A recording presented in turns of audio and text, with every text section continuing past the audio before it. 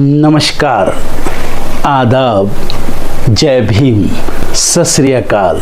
मैं हूँ माजिद सिद्दीकी और आप देख रहे हैं फोकस हिंदुस्तान न्यूज़ चैनल। आज की ख़ास खबरें सब्सक्राइब करें, लाइक करें, शेयर करें। फिर आऊँगा एक ताज़ा खबर को लेकर माजिद सिद्दीकी।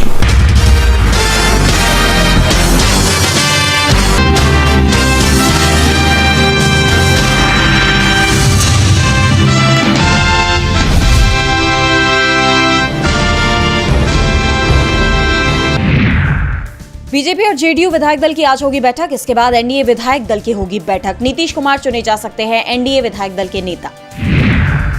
बिहार चुनाव में हार के कारणों पर अपना पक्ष रखेंगे जनसुराज के प्रमुख प्रशांत किशोर। पार्टी का नहीं खुला खाता, 98% उम्मीदवारों की जमानत हुई जब्त।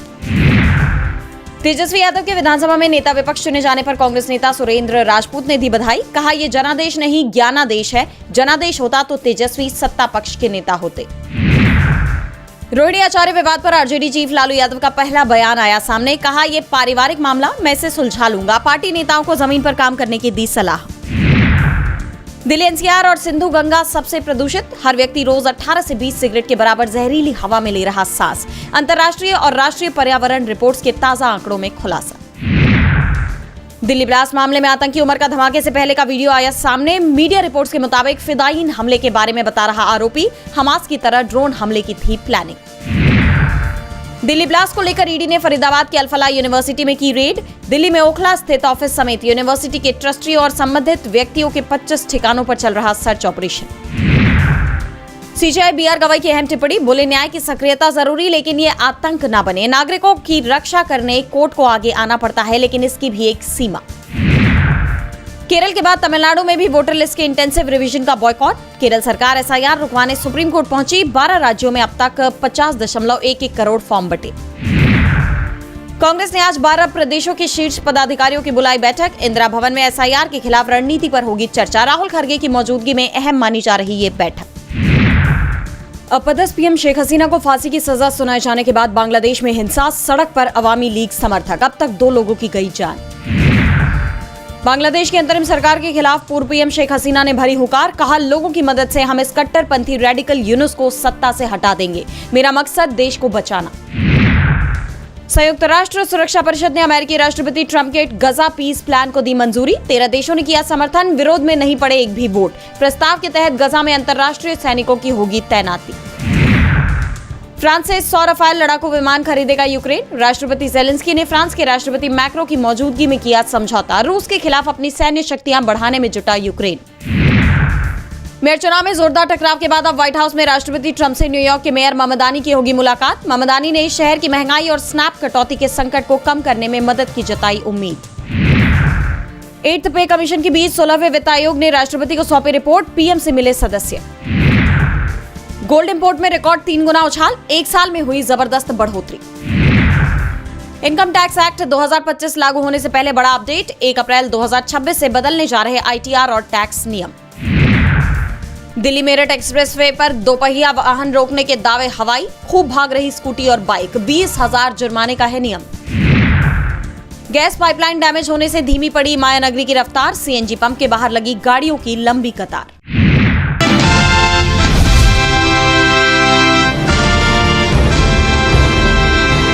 महाराष्ट्र के स्थानीय निकाय चुनाव एक बार फिर संवैधानिक संकट के बीच फंस गए हैं। आरक्षण सीमा को लेकर उठे विवाद ने सुप्रीम कोर्ट को कठोर हस्तक्षेप करने पर मजबूर कर दिया है।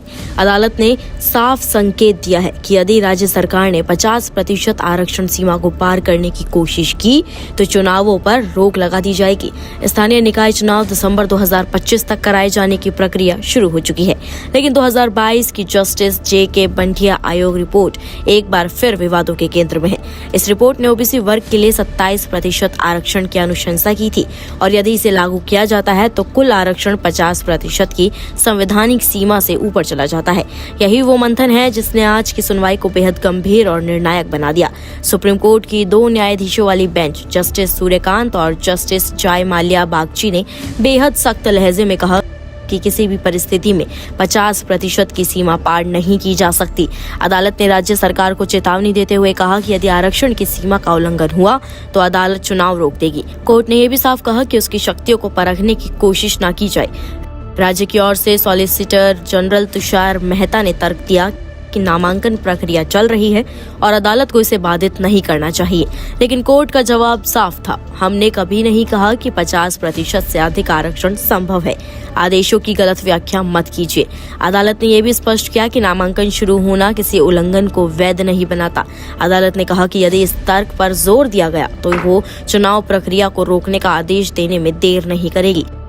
सुनवाई के दौरान सीनियर वकील विकास सिंह और नरेंद्र हुड्डा ने बताया कि महाराष्ट्र के कई स्थानीय निकायों में आरक्षण का प्रतिशत 70% तक पहुंच चुका है। यह सीधे संविधान पीठ के निर्देशों का उल्लंघन है।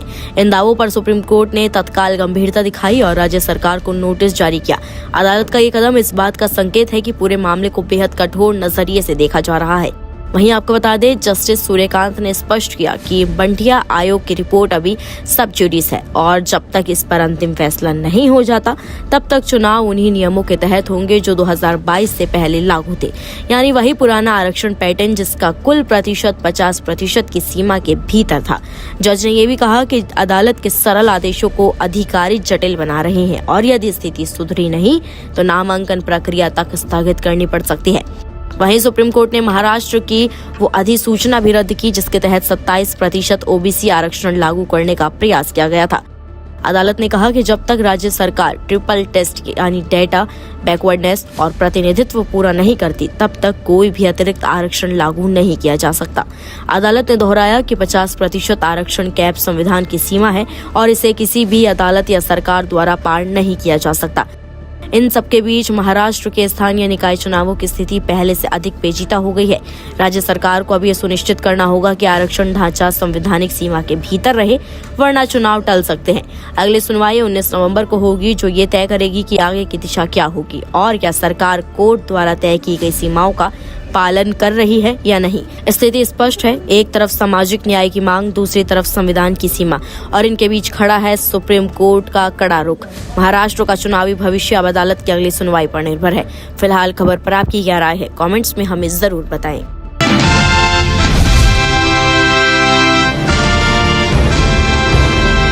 पश्चिम बंगाल में एसआईआर की प्रक्रिया जारी है। इस दौरान राज्य में बूथ लेवल अधिकारियों ने चुनाव आयोग के खिलाफ मोर्चा खोल दिया है।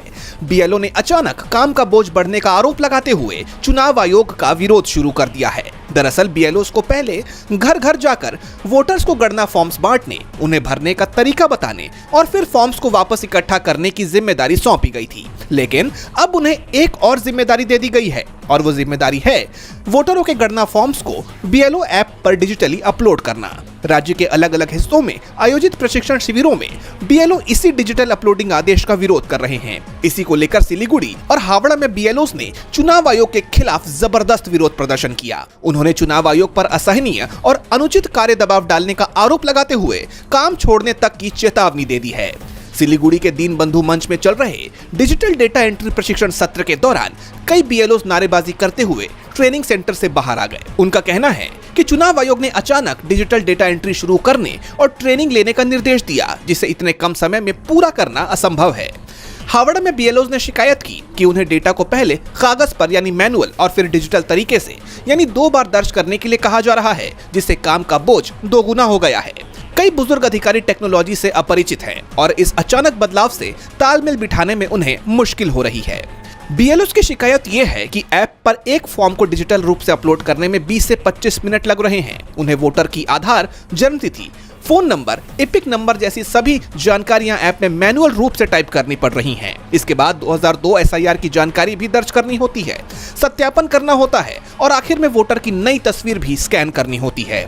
इस विरोध के बीच राष्ट्रीय चुनाव आयोग के अधिकारी 21 नवंबर को राज्य के दौरे पर आ रहे हैं। इस दौरान मुख्य निर्वाचन अधिकारी मनोज कुमार अग्रवाल की मौजूदगी में राज्य के सभी जिला अधिकारियों के साथ ईवीएम पर विशेष बैठक आयोजित की जाएगी। अब इस विरोध की आवाज कोलकाता के मुख्य निर्वाचन अधिकारी यानी सीईओ कार्यालय तक पहुंच गई है। सीईओ कार्यालय ने बीएलओ की इन शिकायतों को लेकर चुनाव आयोग को एक चिट्ठी लिखी है और कार्यभार कम करने का अनुरोध किया है। चिट्ठी में बीएलओ की सुविधा के लिए ईआरओ, एईआरओ और सहायक बीएलओ को भी बीएलओ ऐप की लॉगिन आईडी उपलब्ध कराने की मांग की गई है, ताकि वो भी डिजिटल दस्तावेजीकरण के काम में सहयोग कर सके। हालांकि आयोग की तरफ से अभी तक इस पर कोई जवाब नहीं आया है।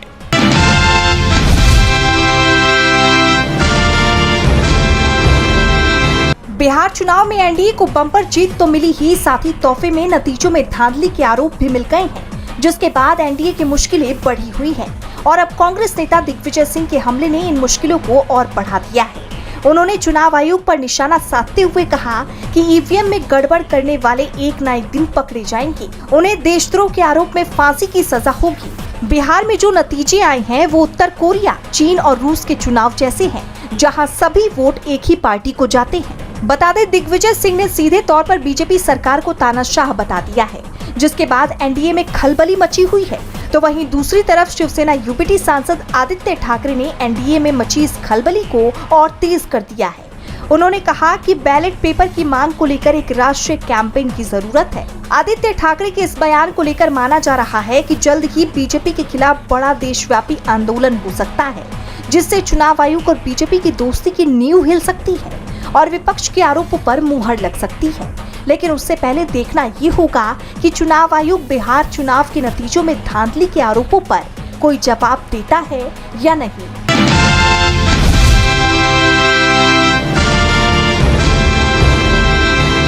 प्रवर्तन निदेशालय ने मंगलवार को अल फलाह विश्वविद्यालय और उसके ट्रस्टियों के खिलाफ अपनी जांच के तहत दिल्ली, हरियाणा और अन्य शहरों में 25 स्थानों पर तलाशी अभियान शुरू किया। 10 नवंबर को दिल्ली में हुए घातक कार विस्फोट आतंकवादी हमले की बहु एजेंसी ने जांच का दायरा बढ़ा दिया है। सूत्रों ने एएनआई को बताया कि एजेंसी द्वारा इस सप्ताह की शुरुआत में हरियाणा के फरीदाबाद स्थित अल फलाह विश्वविद्यालय और उसके ट्रस्टियों के खिलाफ संदिग्ध वित्तीय अनियमितताओं की जांच के लिए प्रवर्तन मामला सूचना रिपोर्ट दर्ज करने के बाद सुबह लगभग 5 बजे तलाशी शुरू हुई। एजेंसी ने पुलिस बलों के साथ मिलकर अल फलाह विश्वविद्यालय और उसके ट्रस्टियों से जुड़े कार्यालयों, संस्थाओं, फर्जी फर्मों और व्यक्तियों पर एक साथ तलाशी ली। ईडी की टीमों ने विश्वविद्यालय के प्रबंधन, संबद्ध ट्रस्टों और व्यवसायों से जुड़े परिसरों पर एक साथ तलाशी ली।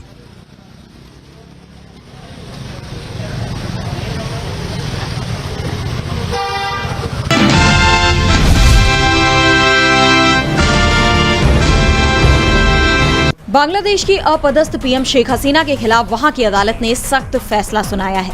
इंटरनेशनल क्राइम्स ट्रिब्यूनल ने हसीना को मानवता के खिलाफ गंभीर अपराध का दोषी करार दिया और उन्हें फांसी की सजा सुनाई है। दरअसल ये सुनवाई शेख हसीना और उनके 2 सहयोगियों के खिलाफ हो रही थी। पूर्व गृह मंत्री असदुज्जमान खान और पूर्व आईजीपी अब्दुल्ला अल ममून। असदुज्जमान हसीना की तरह फिलहाल भारत में शरण लिए हुए हैं, जबकि पूर्व आईजीपी बांग्लादेश की जेल में है और वो इस पूरे मामले में सरकारी गवाह बन गए। कोर्ट ने हसीना और असदुज्जमान खान को तो फांसी की सजा सुनाई, लेकिन अब्दुल्ला अल ममून को केवल 5 साल के जेल की सजा सुनाई है। तीनों के खिलाफ अगस्त 2024 में हुए छात्रों के आंदोलन के दौरान हुई घटनाओं को लेकर मुकदमे चलाए गए। अपने फैसले में कोर्ट ने कहा कि बड़ी संख्या में प्रदर्शनकारियों की जान गई है। शेख हसीना ने शांतिपूर्ण प्रदर्शन कर रहे छात्रों पर हेलीकॉप्टर से बम गिराने के आदेश दिए थे।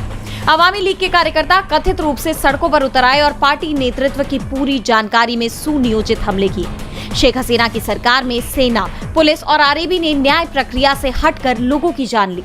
शेख हसीना और अन्य आरोपियों ने संयुक्त रूप से आपराधिक साजिश रची थी। हसीना की सभी प्रॉपर्टी को जब्त करने का आदेश दिया गया है।